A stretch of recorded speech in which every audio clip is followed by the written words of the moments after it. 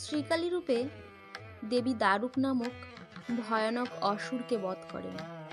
ইনি মহাদেবের শরীরে প্রবেশ করে তার কণ্ঠের বিষে কৃষ্ণ বর্ণ হয়েছেন।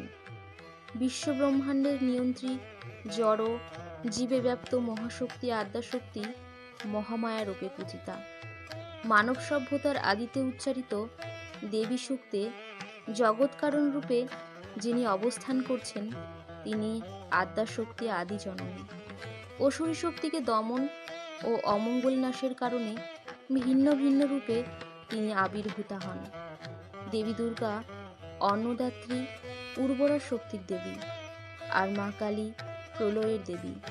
অশুভকে নাশ করার জন্য দেবীর এই ভয়ঙ্কর রূপ। বলা হয় কালী পূজার সাধনার বিষয়। শাস্ত্র মেনে সাধনা করলে জীব মুক্তি লাভ করে।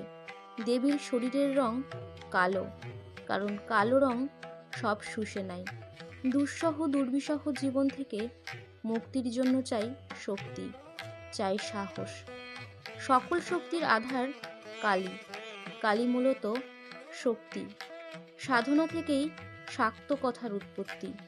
মা কালীর বিভৎস রূপ আমাদের প্রতিনিয়ত মনে করিয়ে দেয় আমরা যেন অন্যায়ের বিরুদ্ধে রুখে দাঁড়াই এবং সত্য ও সুন্দরের প্রতিষ্ঠায় অবিচল থাকতে পারি।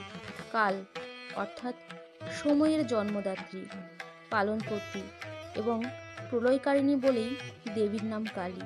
তিনি শিব বা শব অর্থাৎ মৃত্যুর উপর দাঁড়িয়ে জীবন।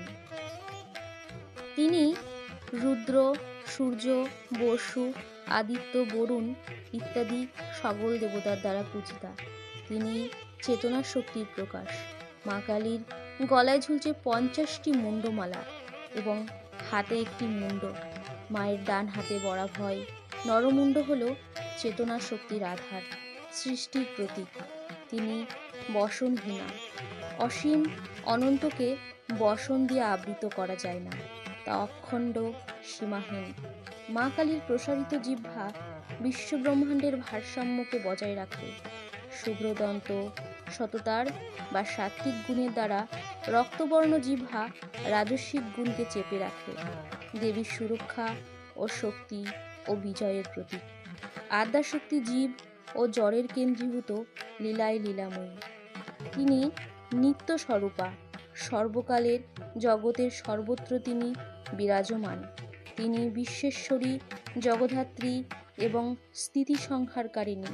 এই বিশ্বেশ্বরীর উপাসনায় ভারতের শক্তি সাধনার ভিত্তি।